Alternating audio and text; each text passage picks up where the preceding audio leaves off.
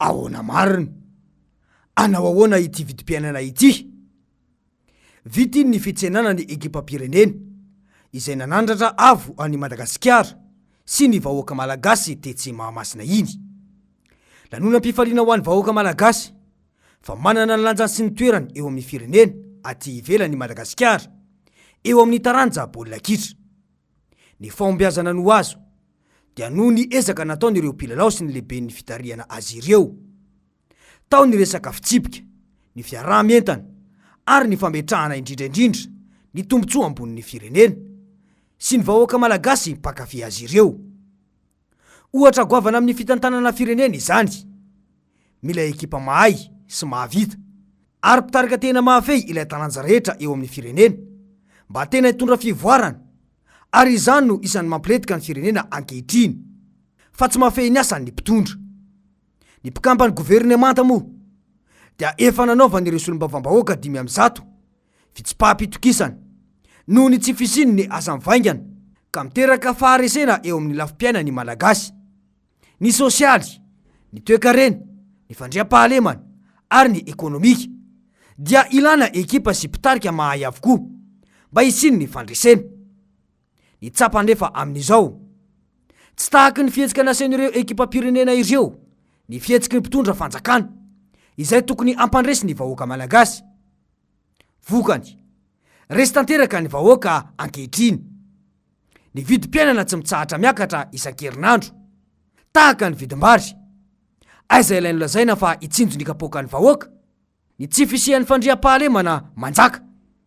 Dr Aprela Moratrany, ny mpitandro ny filaminana, ny toe-karena marary mafy, ny lalana tapitra potika avokoa. Ny ankamaroan'ireo mpiasam-panjakana tsy voalokarama. Midika izany fa tsy mahay ary tsy hitondra fandresena ho an'ny vahoaka malagasy mihitsy ny fitondrana ankehitriny sy ny ekipany.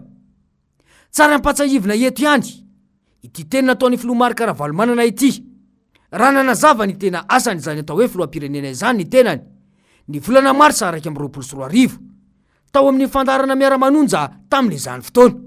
Hoy indrindra mantsy izy hoe ny antony ilana ny président république amin'ny firenena anankiray dia telo ihany: miaro ny vahoaka amin'ny loza mety hitanga amin'ny loza be ty ihany ity. Faharoa, miaro ny vola ny devise mba tsy hitotongana tsy hanao ohatran'izao. Vola ny devise ny resako fa tsy ny vola azon-dralahy tefitefena sy amboamboariny ity. Ary ny fahatelo farany dia miaro ny tanitsika tsy ho alain'ny sasany. Tena reo telo reo ihany, zay ny tena rôle lehibe indrindra ho an'ny président. Mazava izany, fitoana no nitondrany ny filomarika Ravalomanana izay efa niatrika fiainana tamin'ny fotoana nitondrany no niaina tanteraka ny fahasambaram-piainana tamin'izany.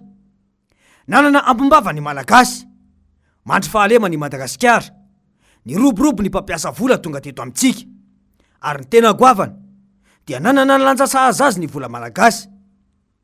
Tsy mahagaga izany satria voafehiny no sady ainy ny atao hoe andraikitry ny filoham-pirenena izany. Ankehitriny anefa mifanipaka tanteraka amin'izany zava-misy eto amin'ny firenetsika. Anjakan'ireo vahiny ny tanin'ny malagasy, tsy ny vahiny ihany fa ny fanjakana mihitsy aza no mandeha mangalatra ny tanim-bahoaka mba anaovana tetikasa izay tozary ho fanariana saim-bahoaka. Ny fiainan'ireo mponina ireo anefa no potika mandritra ny taona maro, ary tsy izy ireo miaina ankehitriny ihany fa hatramin'ny taranaka fara-manimin'izy ireo. Ny santam-bola moa dia io iarahantsika mahita io, tsy mitsahatra mitotongana andro manalina, tsy ampohana fianakaviana iray intsony izany hoe iray alina ariary izany ao anatina iray andro. Mihamay vandanja ny vola malagasy. Ny fisondry ny vidim-piainana no isan'olana aterak'izany, vokatry ny fanafarana entana be loatra eto amintsika. Ny fanjakana mihitsy no mirehareha amin'izany, fa misy ny sampandraraha-panjakana mpanafatra entana eto amintsika toy ny vary sy ny maro hafa. Aiza isika izao? Tafakatra 1000 ariary ny vidin'ny vary eny an-tsena ankehitriny, nanomboka ny sabotsy lasa teo. Hoy indrindra mantsy ny fanazavana hoe ny vary avy eto atoerana, ny ohatran'ny makolika sy ny dista zao, dia ny eo koa ny vary gasy eto ataoko hoe vary gasy mangamila faritra anjozoro be iny zany efa tena tsy zaka raha hoe amidy eto an-tsena. Zay mampatonga ny hoe lasa tena mifantoka amin'ilay vary importé indray zany zao fa tsy le eto an-toerana intsony. Vary eto an-toerana zao lafolafo noho ny anina, noho ny vary avy any ivelany. Ty zao maty ty zao mifaramora ny vary avy eto ivelany dia mitovy amin'ny Delix. Nefa ny Delix lafo nina raha avy any ivelany. Mazava izany tsy vitan'izany fa manomboka lasa foto-tsakafo ny katsaka sy ny mangahazo maina ankehitriny. Tsara ho amafisina nefa fa vary no foto-tsakafon'ny malagasy fa fanampy-tsakafo ny anikotrana tany aloha. Saingy izany no asolontsika vary ankehitriny. Aza ilay lokaloka ny filoham-pirenena ankehitriny izay nilaza fa fahavitantena ara-tsakafo no tanjony ao anatin'ny 5 taona. Hoy hatrany mantsy ny fanazavana hoe vidy kely isan'andro isakin'izay manana izy sisa fa tsotra ny taloha hoe vidy be da be dia apetraka vokatry ny fiakaram-bary ihany moa zay. Tsisy olona mavidy vary amin'ny kilao intsony amin'izao. Tena mamatramatra kely amin'ny ray sy tapany, roa sy tapany, izay ny tena farany betsaka. Efatra zany raha hoe olona maro hatrany. Reny indray zao no lasa hiazakazahan'ny olona satria ny anay zao voamaina raha resaka fotsiny hoe katsaka mangazy maina lasa tsy maharaka an'izay aloha zao fa reny no betsaka mpanjifa noho le vary. Ny olona zany zao raha ohatra ny hoe mividy katsaka 2 kapoaka dia mety 2 kapoaka sisa ny vary vidiana. Zany efa lasa miova foto-tsakafo le olona. Mazava izany resy tanteraka ny malagasy ankehitriny, resy ny fiainana, resy ny tsy fananam-bola, resy ny tsy fandriam-pahalemana, resy ny tsy fananan'asa. Tsy fahaiza mitantana avokoa no anton'izany. Ny mpitondra no nampindramina fahefana dia ny mba ampandroso ny fiainam-bahoaka. Toa mifamadika tanteraka amin'izany anefa ny zava-misy fa ny mpitondra nampindramina fahefana indray ity no mandroso sy miada-pinaritra, afaka manao izay tiany atao. Fa ny vahoaka lentika anatin'ny fahantrana, mitombo andro manalina ny mpitsindroka eny amin'ny daba-pako. Tsy misy ny teboka mamaritra tao anatin'ny 4 taona izay fa tena ampandroso vahoaka no antom-pisiny ireto mpitondra ireto. Manao kabary ambony vavahady fotsiny fa tsy manana paikady matotra sy tena politika mazava hitantanana ny fiainam-bahoaka. Izany no ilazana foana fa mila mandinika denizao ny vahoaka malagasy mba tsy ho voafitaka intsony amin'ny fifidianana manaraka. Tsy ho voareboreby ny fampirantiana tetikasa, tsy ho posibla eto Madagasikara izany intsony fa tokony ahay-andinika sy andanjalanja ny tetikasa tena ifara ny kapoakan'ny malagasy. Rehefa fotoana tahaka izao mantsy dia miseho avokoa ireo rehetra tsy piteny hatramin'izay milaza fa manana vahaolana ho an'i Madagasikara. Kanefa avy eo tsy misy mandeha amin'izay aloha ny intsony ny fiainam-pirenena sy ny fitantanana ny fiainam-bahoaka fa mangoro-karena fotsiny no atao. Hitantsika tsara ny mahazo ireo mpandraraha lavanilina any amin'ny tapany avaratry ny nosiny. Nanao ahoana ny vidin'ny lavanilina ankehitriny? Inona nefa no nampanantenain'ny mpitondra ankehitriny io momba io vokatra fanondran'io tamin'ny fampelezan-kevitra? Avy 3 elo sy 4 eno nampanantenaina ho an'ny vidin'ny lavanilina. Aisika izao izany tokoa ve ny zava-misy? Ity mantsy no fanazavana nataon'izy ireo momba io vokatra fanondrana izay tena fiainan'ireo mponina any amin'ny tapany avaratry ireo.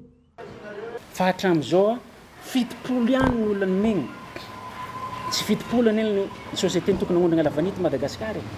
Fa nagnino zany hoe fitopolo ihany no megna ifazoan-dalana manondrana io. Nefa io zany le zavatra fa ividy 500 000 ariary ny olona nefa tsy afaka mondrana avy eo andeha tao inona zany le entana. Mazava izany izany no olana misy eto ankehitriny. Ny fahombiazana no azo ho an'ny vahoaka dia noho ny politika ny mpitondra mifatoka tanteraka amin'ny fiainam-bahoaka, ny fanarahan-dalàna, ny firaisan-kina ary ny paikady manokana tena mifatratra ho an'ny fiadinany ny fahantrana. Raha ireto teboka mirehitra amena amin'ny fiainam-bahoaka ankehitriny dia échec ity fitondrana rajoelina ity. Dia hoy ity ray aman-dreny ara-panahy ity hoe ary ny afatra dia izao mianara manao zavatra tsara tahaka ny ataon'ny Barea. Isika malagasy rehetra nizaniza mianara manao zavatra tsara fa hita fahombiazantsika. Marina mihitsy izay voalazan'izay, mila mahay, mahavita ary malala vo afaka mitondra fandresena ho an'ny firenena izany. Rehefa ireo teboka telo izay nambara ny filomarika Ravalomanana tery aloha ireo no tsy anana ny mpitondra dia iahoresy amin'ny lafiny maro ny firenetsika. Ny fanontaniana mipetraka dia ny hoe inona marina no tena antom-pisiny reto mpitondra ireto manoloana izao fiainam-bahoaka izao? Sa ve ho ampifaly ny vahoaka amin'ny alalan'ny mpanakanto dia ny vaty sino sy ny tosika tsy mahatra 2 andro akory? Raha ny vidim-bary manokana moa dia nambaran'ireo mpivarotra ireo fa mety mbola hiakatra izany mandrapahataperana izao fotoam-pahavaratra izao. Dia mipetraka ny fanontaniana hoe anao ahoana raha izao no mitohy?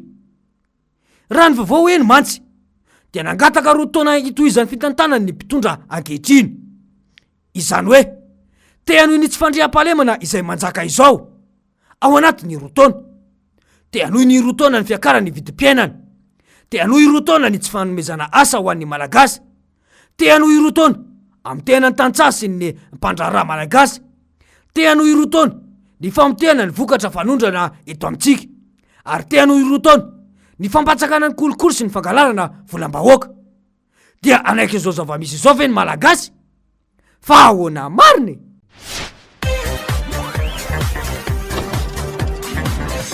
Ahoana mariny?